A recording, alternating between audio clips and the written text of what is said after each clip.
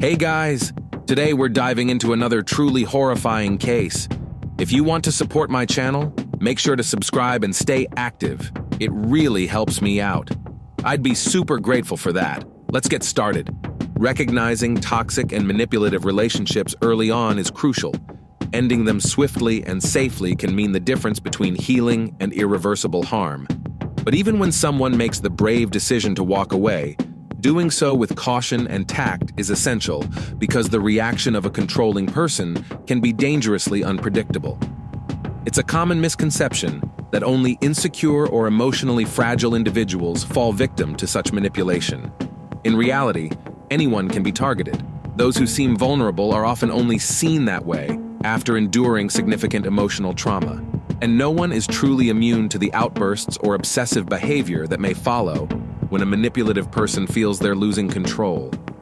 The story of a young Italian college student named Giulia Cecchettin shook the entire country in the fall of 2023 due to its heartbreaking cruelty and senselessness.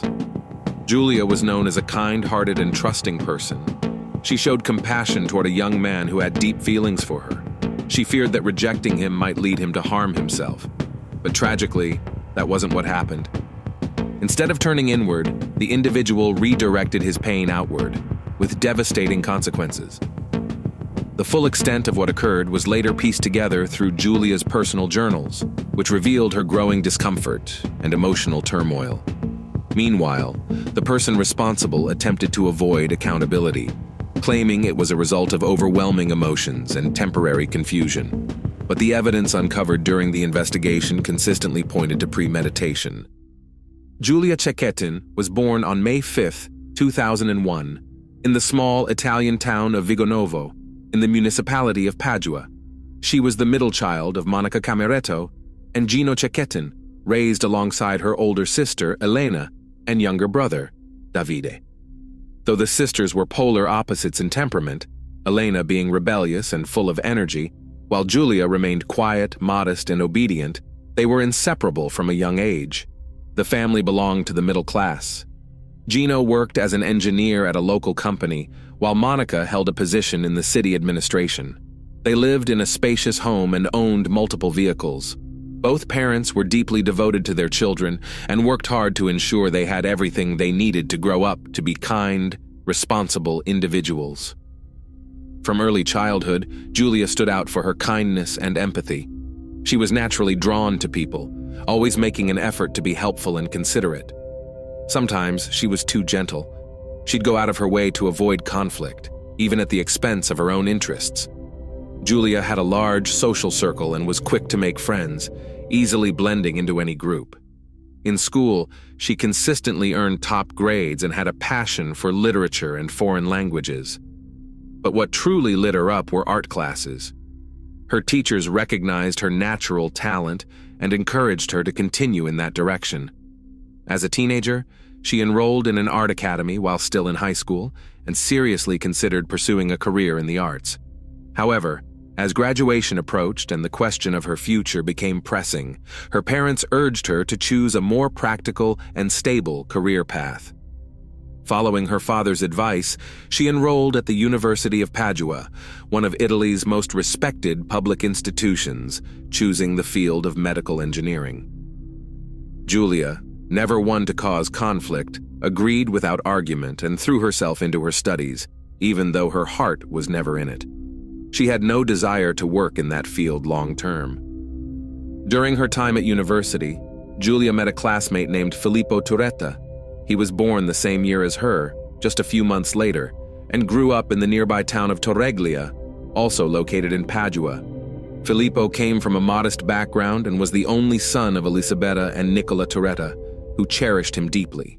The two were studying in the same department, and a mutual attraction developed quickly. Their bond started with long conversations, emotional support, and shared challenges. When Filippo began to struggle academically, Giulia helped him catch up and pass his exams. Not long afterward, he asked her out on their first date. Their relationship officially began in January 2022, marking Giulia's first serious romance. Coming from a sheltered background, she fell head over heels.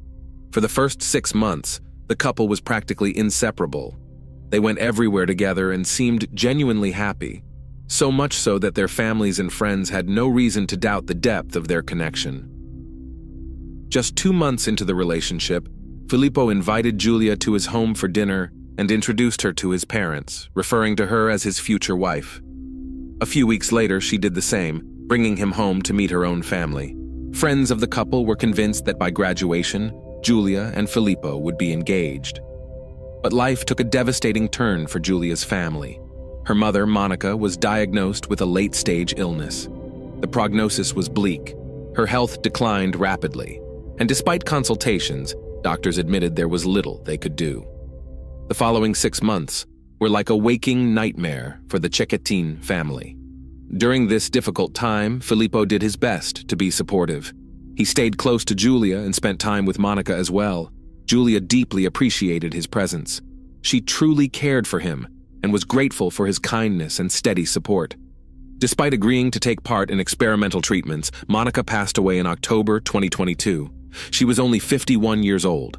Her passing left a massive void. For her husband, Gino, the grief was almost unbearable. He became emotionally overwhelmed, and it was only through the love and presence of his son and daughters that he found the strength to go on. While Filippo remained present and helpful, something between the couple had begun to change. Though they were still together, Giulia had started to feel distant and uncertain about their future. She was already considering ending the relationship, but didn't know how to bring it up without causing conflict or upsetting him. She confided only in her 2 closest friends, people she'd known for years and trusted completely. They were shocked. From the outside, Giulia and Filippo looked like the perfect couple. Their relationship appeared happy, harmonious, and solid. But behind the scenes, things were falling apart. Giulia didn't go into specific details, but she made it clear that the relationship had reached a breaking point. Ending it was just a matter of time. She didn't want to hurt Filippo, but she couldn't continue living a lie. The true reason behind her decision would only become clear much later, after her passing. At the time, Giulia was diligently preparing for her final thesis presentation. But deep down, she knew she had no intention of building a career in medical engineering. Her heart wasn't in it. Quietly, without telling many people, she submitted an application to a prestigious international art school in Reggio Emilia, focused on comic illustration. When she finally opened up to her father about it, she made one thing clear: she would complete her university degree as promised. She planned to graduate and earn her credentials as expected by her parents. But after that, she would pursue a second degree, this time in something she truly loved. She wanted to become an illustrator. Gino listened carefully and didn't object. After losing his wife, he had gained a new perspective on life. He understood how short and fragile it could be. He told his daughter she was free to follow her own path, to make her own decisions, and to dedicate herself to what genuinely brought her joy. The conversation Giulia had with Filippo turned out to be far more difficult than she had anticipated. It happened in August 2023, after the couple had been together for over a year and a half. Giulia struggled to find the right words, but Filippo appeared to take the news with maturity. He even suggested that they stay friends and keep in touch, acknowledging the bond they had shared. Since they were still attending the same university and studying in the same department, their paths crossed regularly. However, it took less than a week after the breakup for Filippo to try to rekindle their relationship. He invited Giulia to one of their favorite restaurants, the kind of place that had once felt special to them, and pleaded with her to give things another chance, reminding her of the good times they had. But Giulia stood firm. She didn't want to repeat past mistakes. That evening ended without incident, but there was an unspoken tension in the air that only grew stronger with time. What followed was a concerning shift. Filippo began calling and messaging Giulia every single day. At first, his tone was emotional, professing love and begging for reconciliation, but that quickly escalated into manipulation and threats. He claimed that if they didn't get back together, he might hurt himself. Filippo, already familiar with Giulia's compassionate nature, used that knowledge against her. He pushed her emotional buttons, targeting her empathy and guilt. Julia, knowing how emotionally unstable he could be, gave in. She worried that he might act on his threats, and in an effort to keep things calm, she agreed to maintain contact. For a brief period, they resumed seeing each other, though it was more out of concern than romance. Deep down, she hoped it was just temporary, that once things cooled down, the connection would fade for good. But Filippo's behavior became more alarming. He started sending her dozens of messages a day. The content became increasingly disturbing. In one message, he wrote that they would either be together forever or their lives would both come to an end. It was a chilling statement, clearly a threat. But Julia never reported it to anyone in authority. She only told her closest friend. This tense dynamic dragged on for nearly 2 months. Then, in late October 2023, Julia finally decided she couldn't keep living in fear. On November 16th, she was scheduled to present her thesis in medical engineering. Just weeks later, in December, her classes at the International School of Comics would begin. Her time was now fully occupied. She couldn't afford to continue navigating emotional drama or toxic attachment. Still nervous about Filippo's reaction, she invited him to meet her at a quiet cafe they used to frequent. She chose her words carefully, hoping to avoid confrontation. Julia explained gently that they could remain on friendly terms, but nothing more. She tried to be respectful and kind, but her decision deeply unsettled Filippo. He took the conversation hard. Filippo kept calling and messaging Julia, but she tried to avoid him, occasionally replying with short notes, explaining that she was busy finishing her thesis. That's when Filippo began secretly following her. It didn't take long for him to notice she had started spending time with someone new, a guy named Eric. Their connection appeared warm and friendly, and from the outside, it looked like the two were on the verge of becoming a couple. Filippo couldn't accept that. In his mind, a darker plan was already forming. On Saturday, November 11th, 2023, Julia spent most of her day working on her graduation project. Around 5 p.m., she emailed the final version to her academic advisor. Roughly an hour earlier, her ex-boyfriend had called, asking if she would go shopping with him to help pick out shoes for their upcoming graduation ceremony. It's worth noting that Filippo hadn't contacted her at all for about a week prior. No texts, no calls, and no surprise visits. Julia believed, perhaps naively, that he had finally accepted the breakup and moved on. Wanting to keep things cordial, she agreed to help him shop. They made plans for Filippo to pick her up around 6:30 p.m. Julia let her father know she'd be back before midnight. She hugged him tightly before leaving, the last time he would see her alive.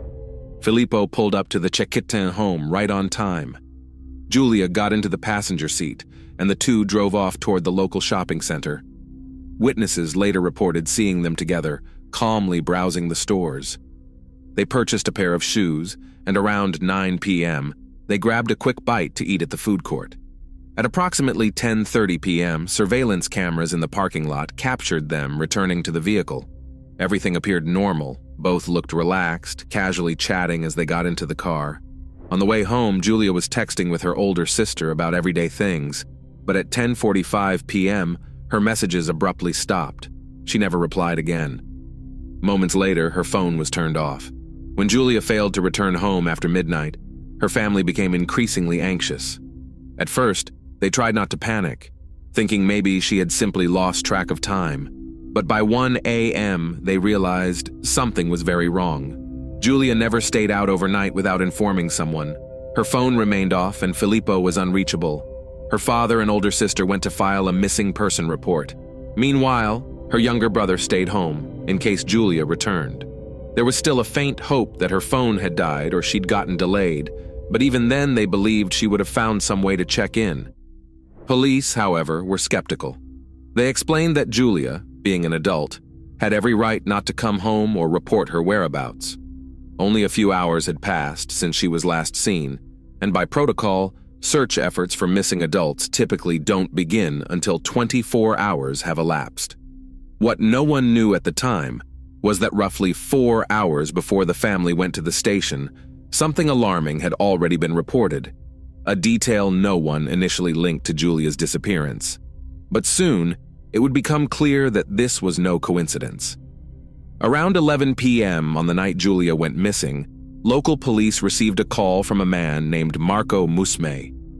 He had stepped out onto his balcony for a cigarette when he witnessed something disturbing. His apartment overlooked a small parking lot across the street.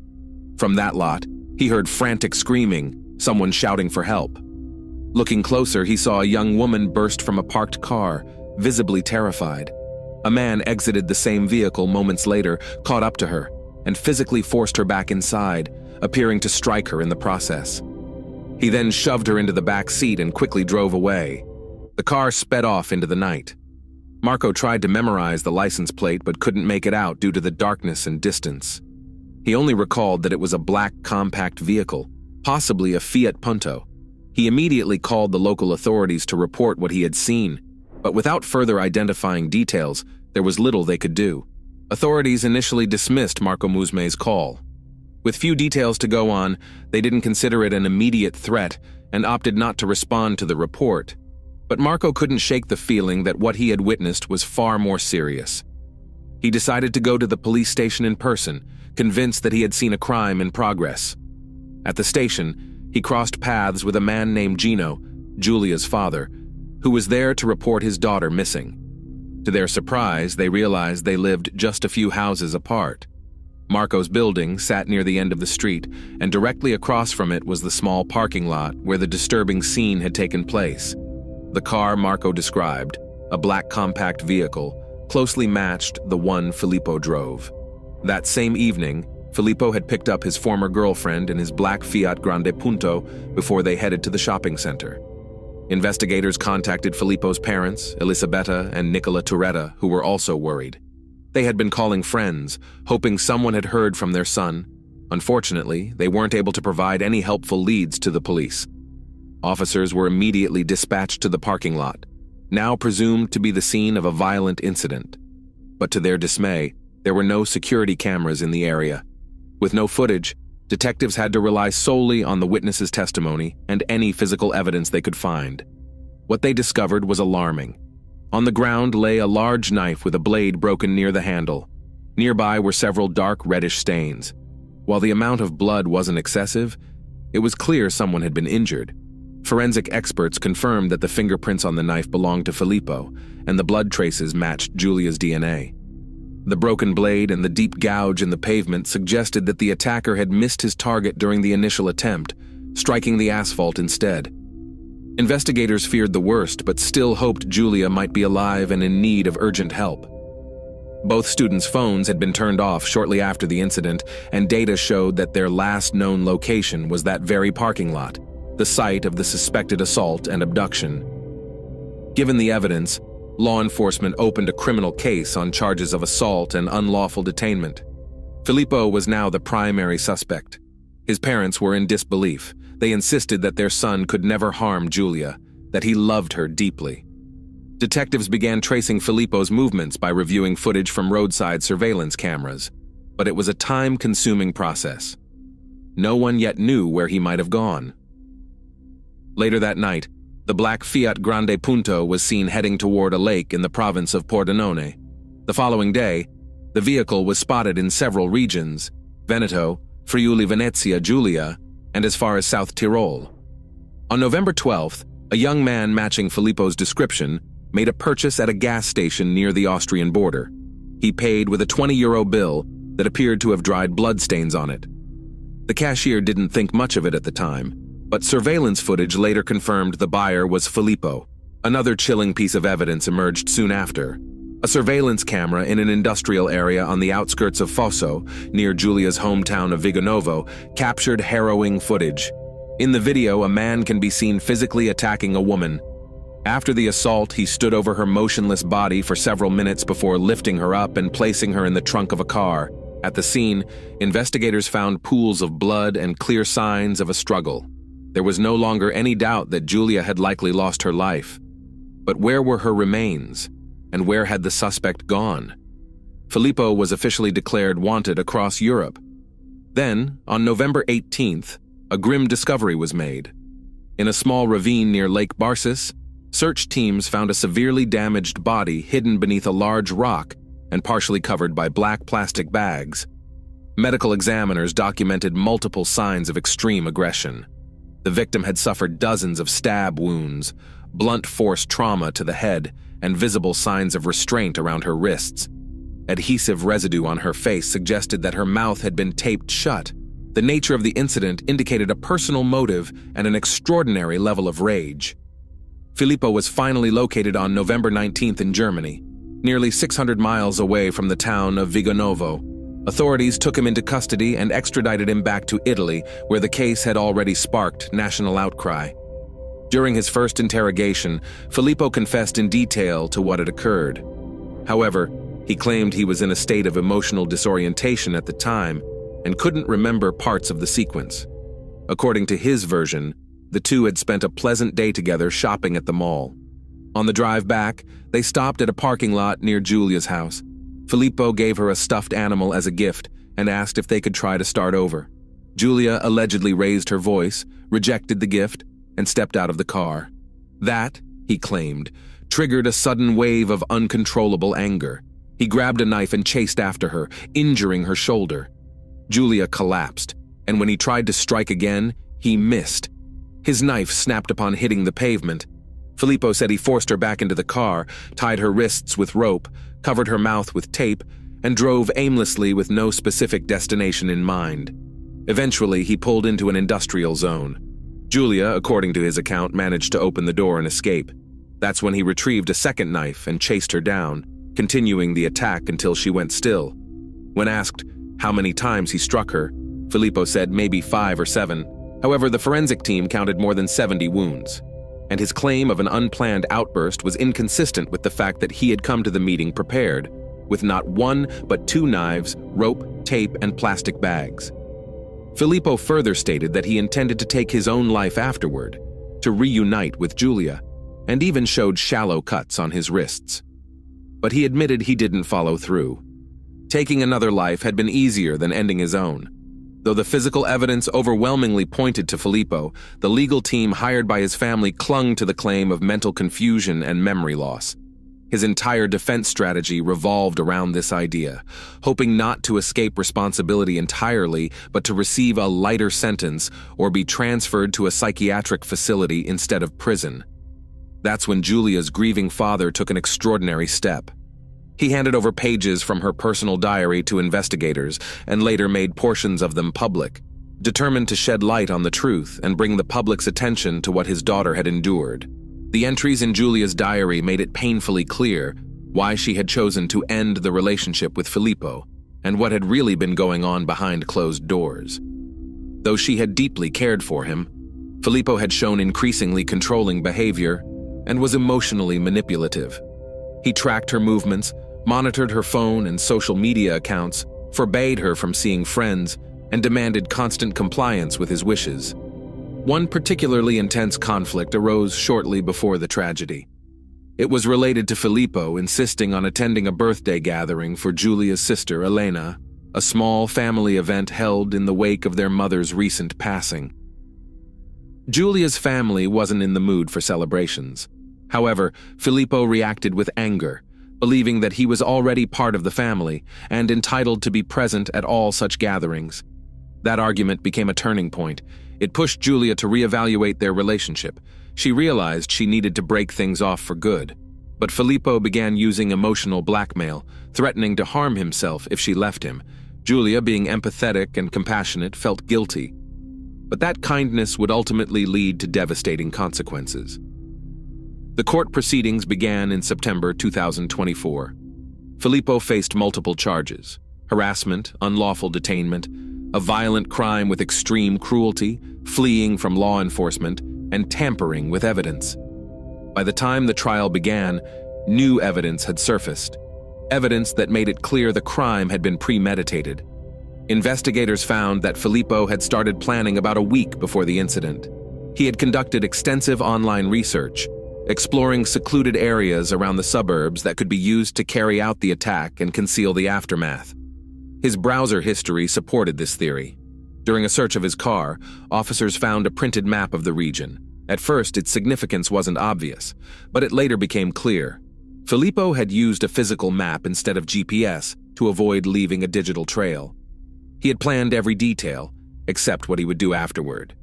It was possible that he had considered self-harm, but the evidence for that was weak and unconvincing. By the time of his trial, it was evident that Filippo had acted with full intent. He eventually stopped using the emotional disorientation defense and made no claims of psychological instability. He admitted that his actions were deliberate. On December 3, 2024, Filippo Turretta was found guilty on all counts. He was sentenced to life in prison and ordered to pay over €500,000 to Giulia's family as compensation for emotional suffering. In his final statement to the court, Filippo said he would not appeal the decision. He acknowledged the verdict as fair and expressed no intent to contest the outcome. Thanks for watching, everyone. Your support means a lot to me, and you can help my channel grow by hitting that like button, dropping a comment, and sharing this video. Your engagement really makes a difference. See you soon.